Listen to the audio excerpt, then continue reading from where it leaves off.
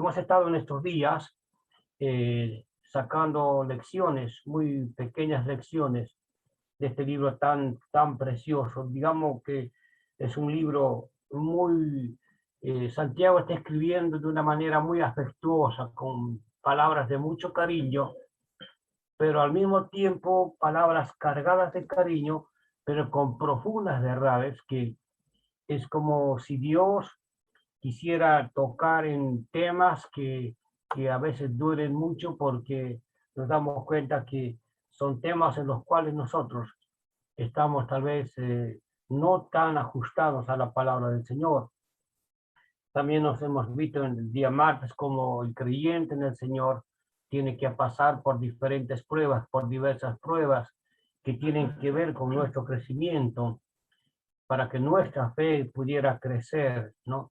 Y de eso se trata, hermanos. En cualquier momento tenemos que enfrentar pruebas, dificultades, y siempre hay una pregunta que uno hace y uno se hace a sí mismo.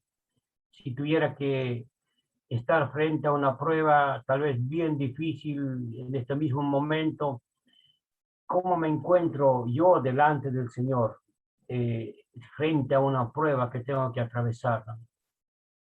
Si nosotros nos encontramos con una vida espiritual normal, con una vida de comunión con el Señor, y como hemos estado bien en estos días, si tratando de hacer que esa palabra que tenemos en nuestro hogar, en nuestras vidas, en nuestras casas, se haga una realidad en nuestra vida cotidiana, seguramente vamos a pasar la prueba, y el resultado de esa prueba va a ser, como dice la palabra, un crecimiento, un estar más cerca del Señor, el poder entender y ver la buena mano del Señor. Pero también si nos encuentra en un momento de poca relación con el Señor, debemos entender, hermanos, que no es porque estoy en la reunión o porque estoy conectado en esta noche y ya tengo una relación personal con el Señor. No es así, ¿no? Creo que es muy bueno estar en la reunión, es muy bueno hasta leer la palabra del Señor, pero hemos visto el día viernes que si yo leo y no obedezco a la palabra de Dios, estoy siendo oidor solamente, ¿no? Y que me estoy engañando a mí mismo, que su palabra en realidad no me está haciendo efecto porque no me preocupo por obedecerlo. Si yo estoy oyendo, si estoy obedeciendo a la palabra del Señor, sin lugar a dudas, el resultado va a ser muy bueno en nuestra vida espiritual. Y si mi vida espiritual está bien, la iglesia va a estar bien. Si mi vida espiritual no está bien, ¿no?, la iglesia no va a estar bien, ¿no? Así que, hermano, nunca nos engañemos de tipo que las reuniones estén bien concurridas y porque hay un buen mensaje, eso quiere decir que estoy bien y que la iglesia está bien, ¿no?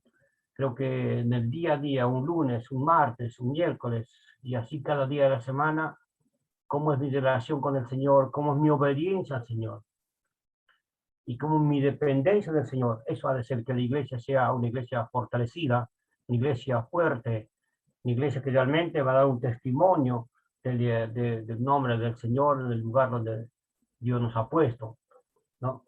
Y en esta noche, hermanos, deseamos que Santiago trata con mucho cariño verdades muy profundas, muy fuertes, digamos, ¿no? Fíjense ustedes que si usted se toma el trabajo de leer la carta a Santiago y se toma el trabajo de marcarlo, subrayarlo, tomar en cuenta, como repetidas veces usted va a encontrar que dice hermanos míos, hermanos amados, hermanos míos, ¿no? Te póngase en el lugar de Santiago, ¿no? Santiago como aquel hermano responsable de la iglesia en Jerusalén que ama a la iglesia del Señor, porque ese es un hermano responsable. Un hermano responsable, de acuerdo a la palabra de Dios, es aquel que ama a la iglesia del Señor, que sufre la iglesia del Señor, que, como dice allí el apóstol escribiendo allí en los Hechos de los Apóstoles, el apóstol dice a los hermanos de Éfeso, a los ancianos les dice, la cual el Señor os puso para cuidar, para guardar a las almas que Él compró con su preciosa sangre, ¿no? Entonces, aquí le vemos a Santiago, un hermano que ama la iglesia, que ama a los hermanos, y que esa situación que estaban pasando él le afecta, y él tiene ese temor de que los hermanos, tal vez ha estado notando que los hermanos se estaban apartando del Señor, que de alguna manera esa persecución, ese sufrimiento estaba haciendo que ellos, al ser dispersos y estaban pasando pruebas, dificultades, y tal vez esas dificultades les estaban alejando, apartando del Señor. Por eso él toca diversos temas en esta carta, y temas muy vitales, muy cotidianos, como va a ser en esta tarde nuestra meditación. Y nuestra meditación, hermanos, en esta tarde noche, va a ser en el capítulo 3, no saltando algunos temas y saltando algunos pasajes. En el capítulo 3, cuando allí Santiago ha de tratar este tema, es verdad que es tan difícil, no es verdad, porque es un tema que tiene que ver con nuestro hablar, con nuestro expresarnos. Aquí la palabra lo llama y tiene el subtítulo de la lengua, ¿no? Y, y vamos a leer, hermanos, Santiago capítulo 3. Y antes de leer Santiago capítulo 3, vamos a leer un pasaje anterior sin perder el libro de Santiago en Mateo capítulo 12, el versículo 34, 35 y 36, ¿no? Como una introducción al capítulo 3 de Santiago. Dice Mateo capítulo 12, versículo 34, dice, generación de víboras, ¿no? Él está dirigiéndose el Señor Jesús a hombres impíos, a hombres que no tenían al Señor. ¿Cómo podéis hablar lo bueno siendo malos? ¿No? Qué pregunta tan profunda la del Señor Jesús, ¿no?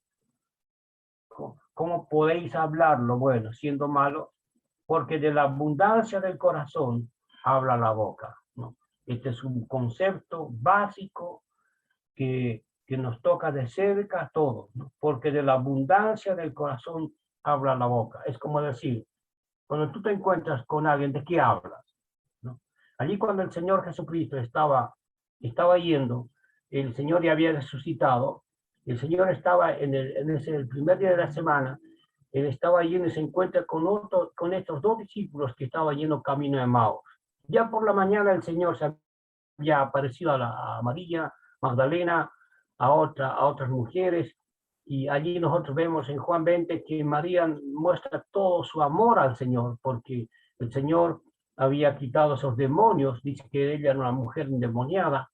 Usted piensa, hermano, que como el Señor había cambiado, había transformado la vida de esta mujer.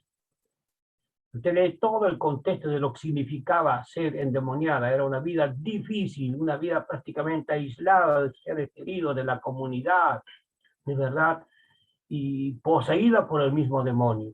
Y que alguien venga y el Señor va a esa vida y rescata y saca los demonios. Ella, a partir de ese día, amó tanto al Señor y le siguió todos los días de su vida. Y esto de alguna manera nos da a entender cuando nosotros le vemos allí, le va a encontrar temprano, un primer día de la semana, un día como hoy, se levanta para ir al encuentro del Señor Jesús, y el Señor ya no estaba allí en la tumba. Él quería encontrar un Señor Jesús muerto en la tumba. Aunque el Señor muchas veces les había dicho que el Señor se levantaría, pero ellos se olvidaron, no tomaron en cuenta. Pero pasa ese momento y el Señor, ya pasando, ya cerca al anochecer, él se encuentra con estos dos discípulos que también van caminando, ¿no? Van caminando, y dice la palabra del Señor que ellos iban hablando de todas aquellas cosas que habían sucedido. ¿Qué cosas habían sucedido? ¿No? Y es precisamente a ellos que el Señor se acerca y le habla. Por eso la pregunta es, ¿qué hablamos? Usted va, se encuentra con un compañero, se encuentra con otro hermano, ¿qué es su tema? ¿De qué está hablando? ¿No? ¿De qué cosa está hablando?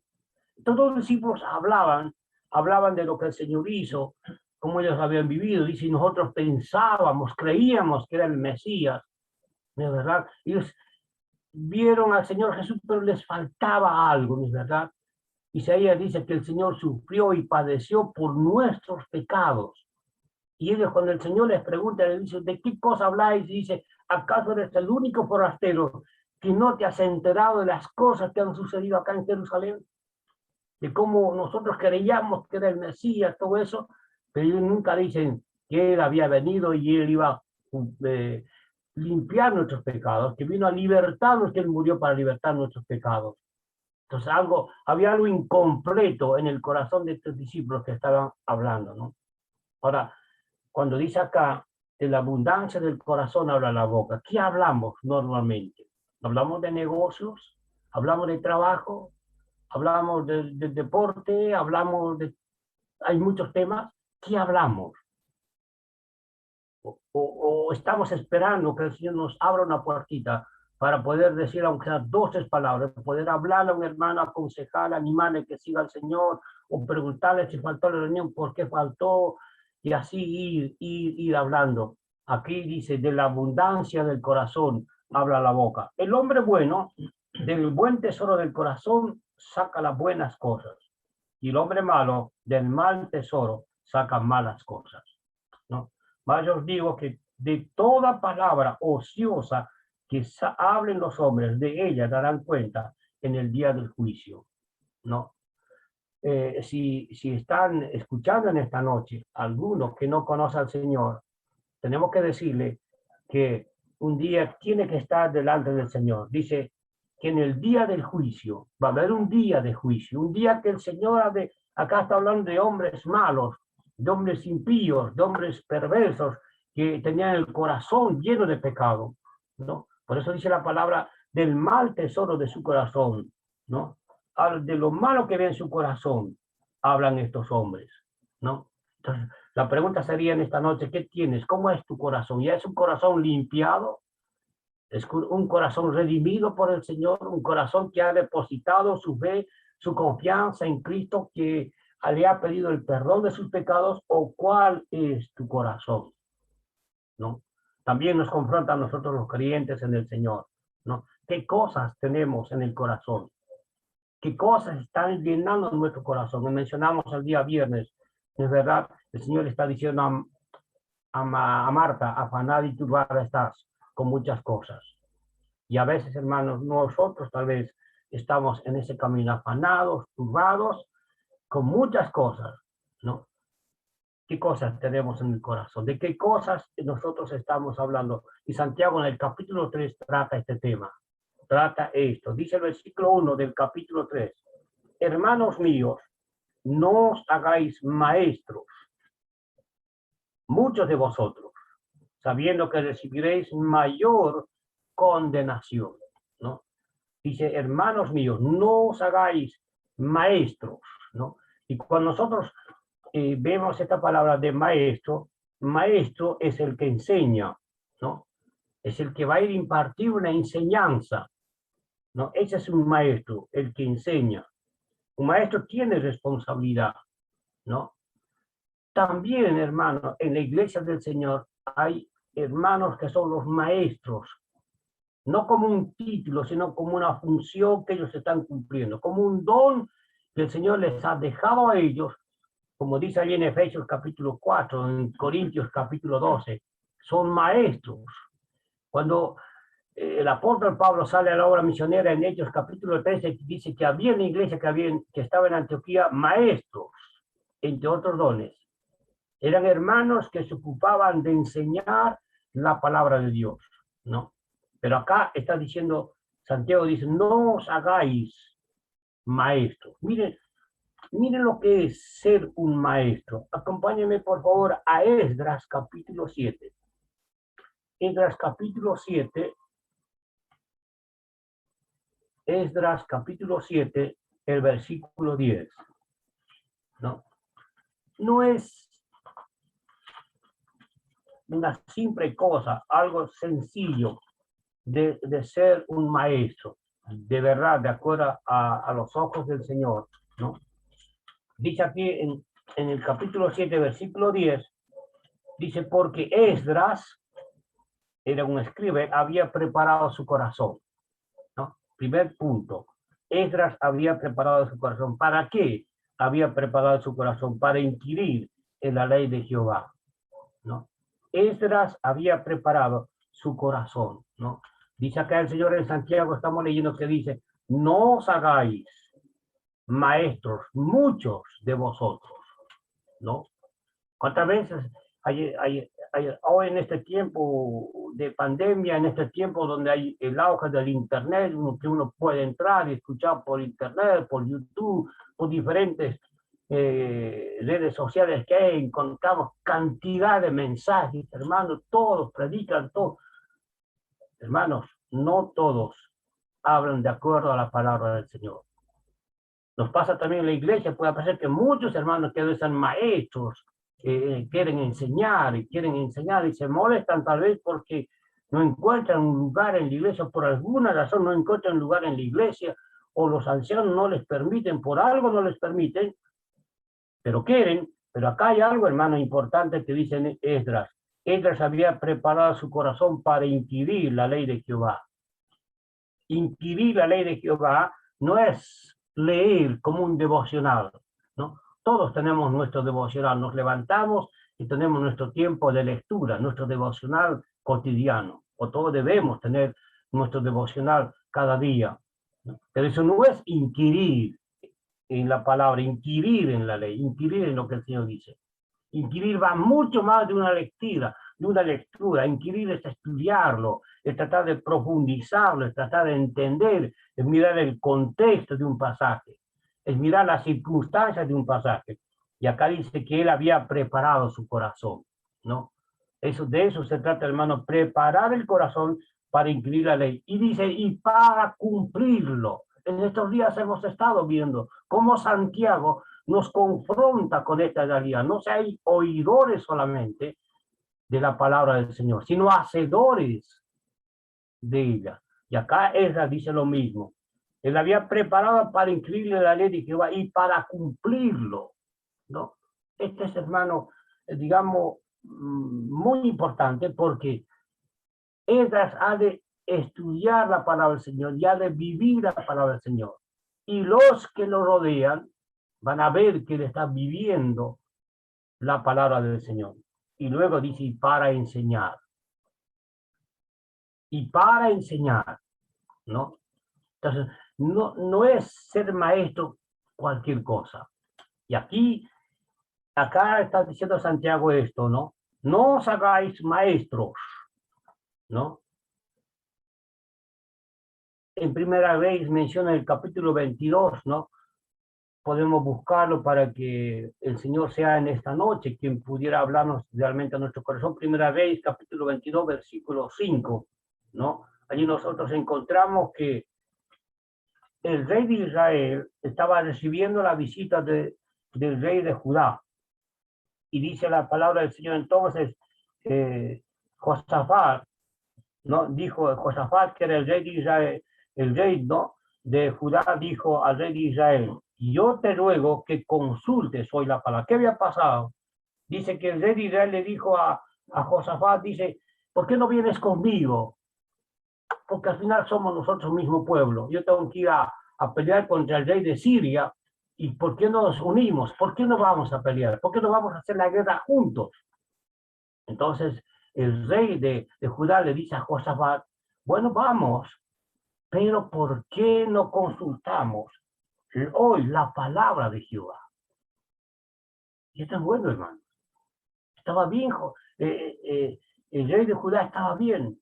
Entonces llaman. Ahora, Israel, que tenía todos los reyes de Israel, de aquel rey de Israel, ninguno de ellos habían servido al Señor. De todos ellos, dice la palabra, que no anduvieron en los caminos del Señor, que no se agradaba de ellos el Señor. De los reyes de Judá, como 10 de ellos sí buscaron al Señor.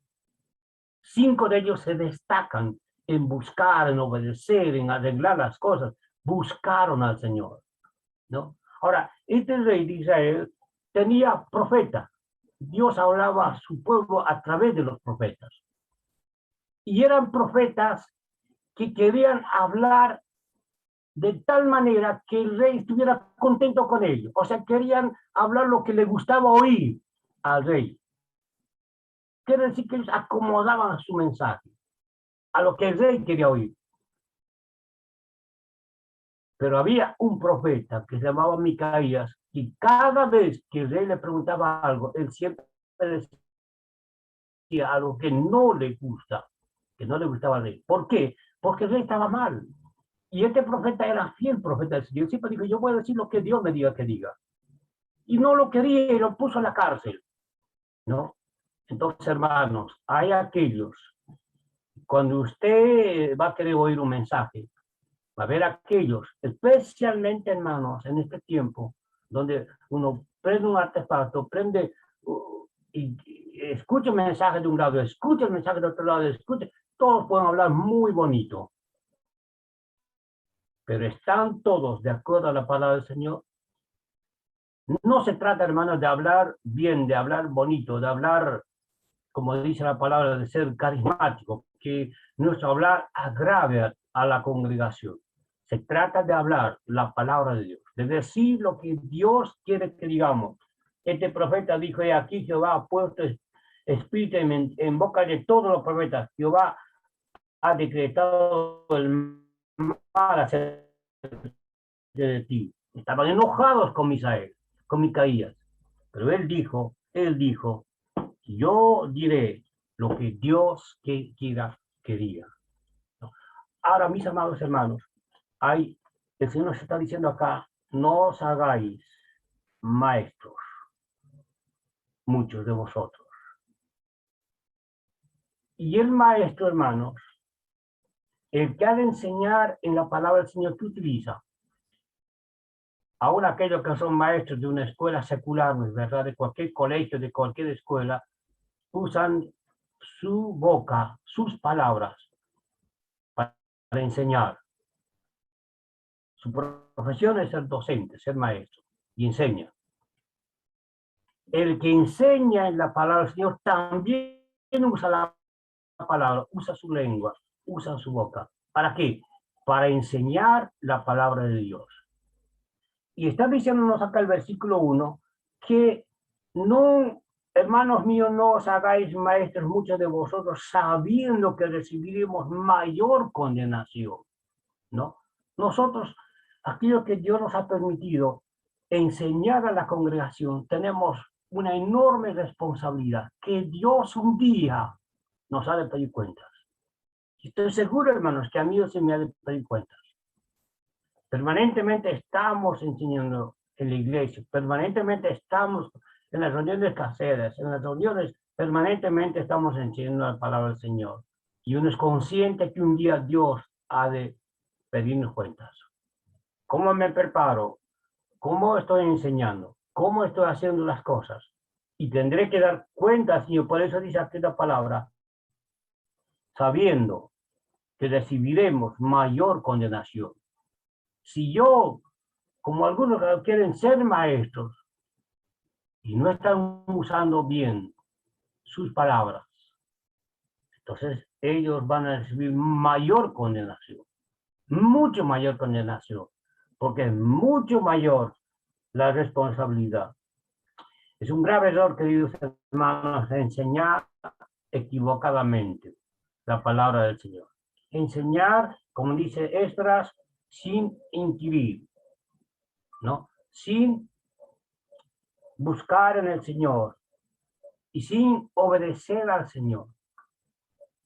¿No? Hay un dicho entre los curas que se dice, haz lo que yo digo, pero no hagas lo que yo hago, ¿no? Y eso no puede ser en aquellos que han de ser maestros en la iglesia del Señor, ¿no? Sabiendo que recibiremos mayor condenación. El versículo 2 dice, porque todos ofendemos muchas veces. Y esta es nuestra realidad, hermano. Si alguno no ofende, en palabra es varón perfecto. Todos ofendemos muchas veces, ¿no? Y esto es la realidad que nos pasa, hermanos, ¿no? Es nuestra realidad. Si alguno no ofende, en palabra es varón perfecto. Y en este pasaje, hermanos, en este versículo que toma Santiago también lo menciona en el capítulo 1, perfecto, nos está hablando de madurez, hermanos. Nos está hablando de madurez, ¿no? Y dice acá, si alguno no ofende la palabra, este es el varón maduro, ¿no? Es un varón perfecto, ¿no? Y creo que eso, hermanos, tiene que ser nuestra meta, nuestro norte, nuestro horizonte, hermanos, tiene que ser llegar a esa perfección, llegar a esa madurez, ¿no? Que cada vez sea menos que de nuestros labios salga una ofensa. Todos ofendemos, ¿no? Pero dice aquí la palabra, si alguno no ofende en palabra, este es varón perfecto, ¿no? ¿Cómo hay que meditar tanto, hermanos, cada vez que hemos de hablar con alguien, cada vez que hemos de emitir un juicio, cada vez que hemos de emitir algo, unas palabras, cada vez que hemos de hablar de alguien, cómo tenemos que meditar en las palabras que decimos, ¿no? ¿Cómo tenemos que pensar, hermano? Ya vamos a ver un poquito más adelante algo de esto, ¿no? El versículo 3 dice, he aquí nosotros ponemos freno en la boca de los caballos para que nos obedezcan, ¿no? He aquí ponemos freno en la boca de los caballos para que nos obedezcan. Aquí Santiago está usando la ilustración de un caballo, ¿no?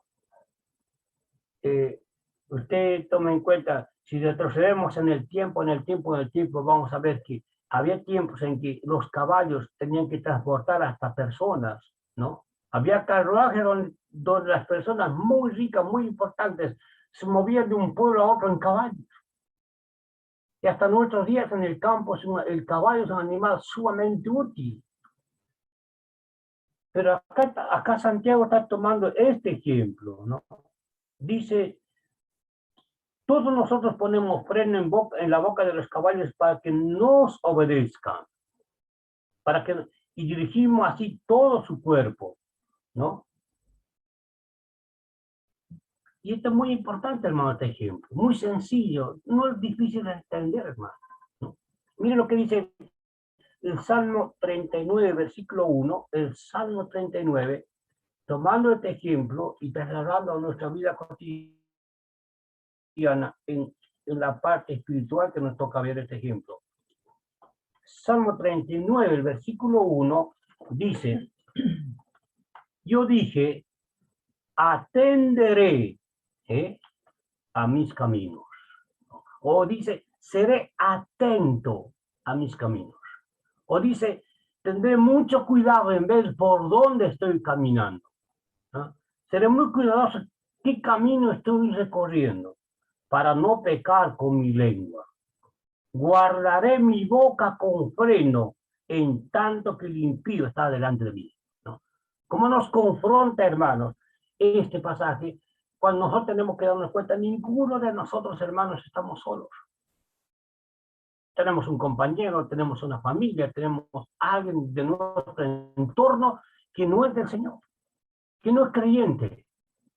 Hasta nuestros vecinos, los que nos rodean, no son del Señor. Y acá el salmista está diciendo, atenderé a mis caminos, tendré cuidado con mis caminos. Y dice, para no pecar con mi lengua. Y dice, guardaré mi boca con freno en tanto que el impío esté delante de mí, ¿no? Quiere decir, hermanos, ¿cuál va a ser mi forma de hablar con los que me rodean? ¿Cómo voy a reaccionar ante alguna actitud que no sea muy correcta de parte de ellos? ¿Cómo voy a estar obrando? Y esto, hermanos, cuántas veces hemos fallado en esto, hermanos.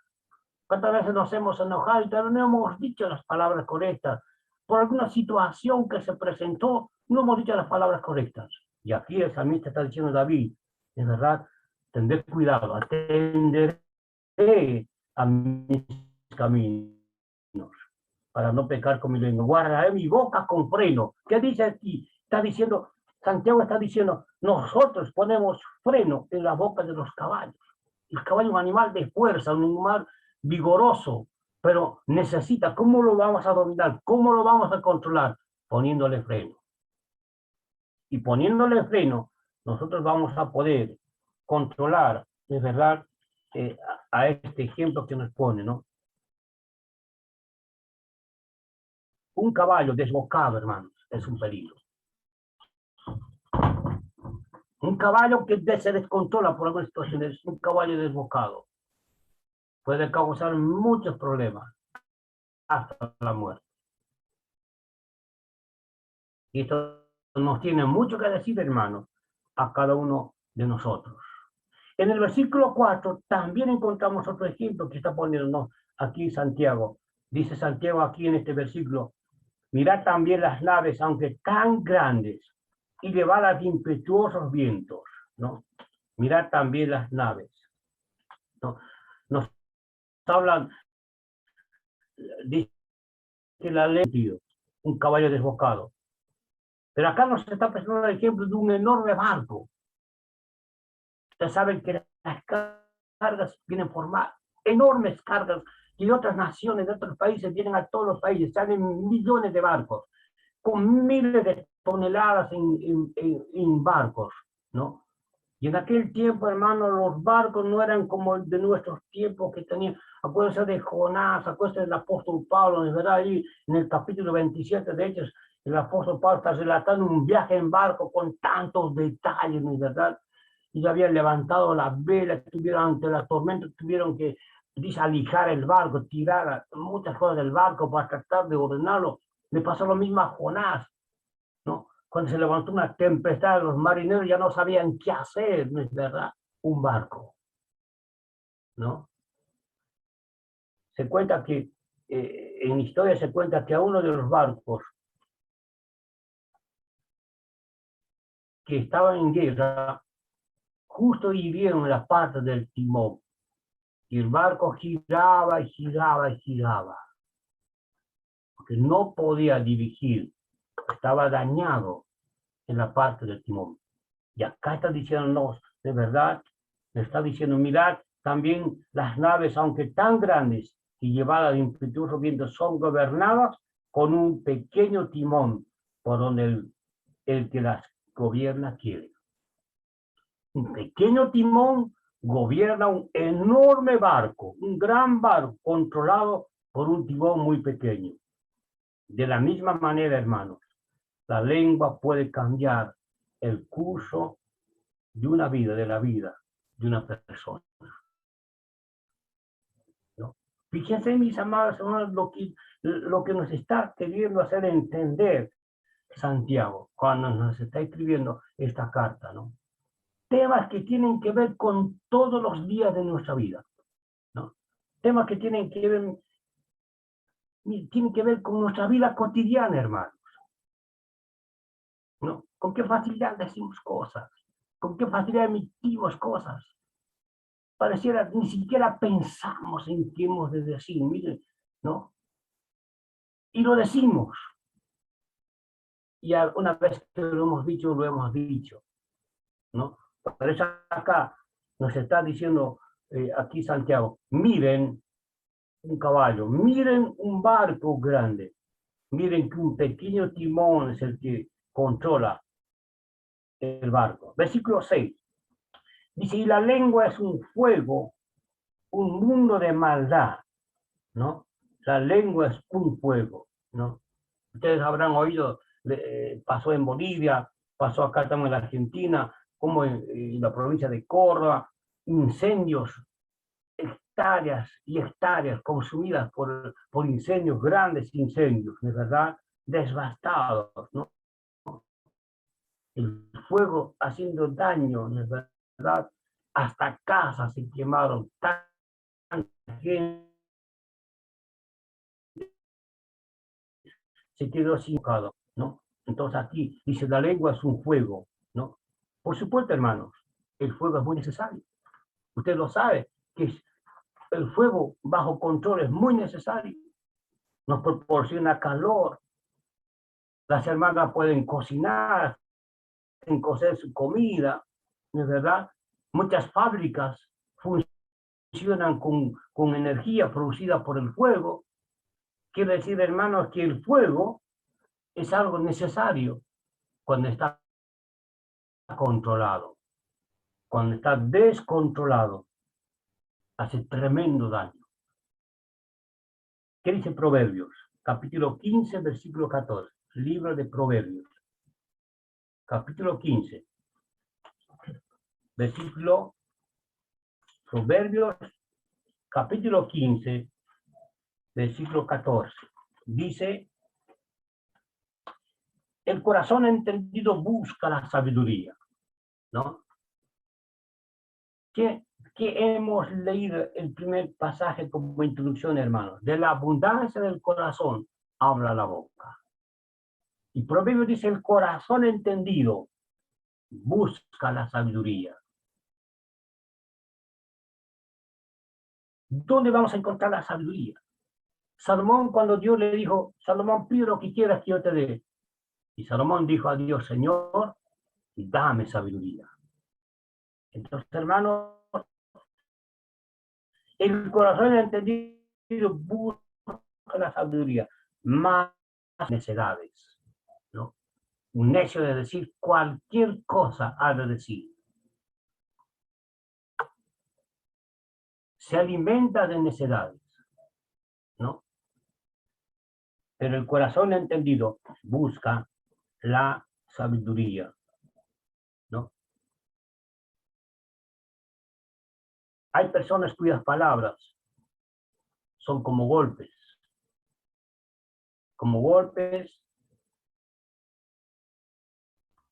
pero dice que la lengua sabia, como dice Proverbios, es medicina, ¿no?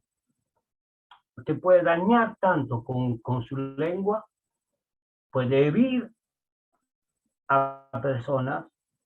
Podemos pensar en la familia, podemos pensar a los hijos, podemos pensar entre un esposo, una esposa, podemos hacer tanto daño con nuestra lengua. Pero también podemos usar nuestra lengua para hacer de tanta bendición. También a una esposa, también a un esposo, también a los hijos, ¿no? Es como dice, es como un fuego descontrolado a veces nuestra boca, nuestra lengua. Cuando está controlado, ¿quién tiene que controlar? De la abundancia del corazón habla la boca. ¿De qué vamos a llenar el corazón? ¿No? Dios, a través de su palabra, tiene que llenar nuestra vida. Su palabra tiene que ser el lugar donde nuestro corazón sea un depósito de las palabras que cotidianamente yo voy alimentando mi corazón. Va a llegar un momento de prueba, de dificultad, de alguna situación en algún lugar. Usted va a sacar lo que tiene en su corazón y va a hablar. Y no hablar como un necio, como un impío, sino que va a hablar como un hijo de Dios. Va a ser medicina, de verdad, medicina para los que les rodean. ¿Cómo nos hace falta, hermano, tener palabras, que alguien nos diga palabras sabias? Puede haber algún hermano desconsolado por alguna situación que le esté pasando, que necesita una palabra de aliento, una palabra de esperanza, una palabra de consuelo. Puede haber un hermano que esté equivocado, que esté en el error. ¿Cómo necesita una palabra sabia, una palabra justa, una palabra necesaria? ¿Cómo necesita, hermanos, tal vez gente que no conoce al Señor, una palabra justa? ¿Cómo necesitan nuestros hijos una palabra justa, una palabra sabia? Y aquí por eso nos está diciendo Santiago, nos está hablando del fuego, ¿no es verdad? La lengua es un fuego, un mundo de maldad. La lengua está puesta entre nuestros miembros y contamina todo. El cuerpo inflama la rueda de la creación. Ella misma inflamada por el infierno. Dice, porque toda naturaleza de bestias, de aves y de serpientes y de ser del mar se doma, y ha sido domada por la naturaleza humana. Pero ningún hombre puede domar la lengua, que es un mal que no puede ser refrenado, llena de veneno mortal. Con ella bendecimos al Dios y Padre, y con ella maldecimos a los hombres que están hechos en semejanza nuestra. De una misma boca proceden bendición y maldición. Hermanos, esto no debe ser así, ¿no? Entonces, anotamos estas pequeñas cosas. Primero, ¿a quién hablamos? Segundo, ¿de quién hablamos? Tercero, ¿cómo hablamos? ¿Cómo hablamos? Cuarto, ¿en qué momento hablamos? Y quinto, ¿dónde hablamos? ¿No? ¿A quién hablamos? ¿De quién hablamos? Si nuestro corazón está lleno de cosas materiales, vamos a hablar de lo material. Si nuestro corazón está lleno de cosas espirituales, vamos a hablar de cosas espirituales. Si nuestro corazón está lleno de la palabra del Señor, vamos a hablar de la palabra del Señor. Y cuando tengamos que enfrentar un problema, una dificultad, nos vamos a acordar de, como dice el Salmo 119, ¿no? ¿Con qué alumbrará el joven su camino? Con guardar tu palabra. Me has hecho más sabio que los entendidos, con tu palabra. Ríos de agua descendieron de mis ojos, porque no guardaban tu ley. Entonces, hermanos, ¿cómo tenemos que reflexionar acerca de este pasaje que en esta noche el Señor nos ha puesto para poder meditarlo, para poder llevarnos a nuestros hogares y mañana cuando estemos trabajando nos acordemos? Que volvamos a leer este pasaje y volvamos a leer todo este libro, hermanos, de Santiago. Y vamos a encontrar, como toda la palabra, preciosas enseñanzas para nuestra vida. Pero no nos olvidemos, hermanos, ¿no? No nos alcanza con saber. El Señor quiere que nosotros no seamos oidores, sino hacedores de la palabra del Señor. Que el Señor bendiga su palabra en esta noche, en nuestros corazones, queridos hermanos. Amén.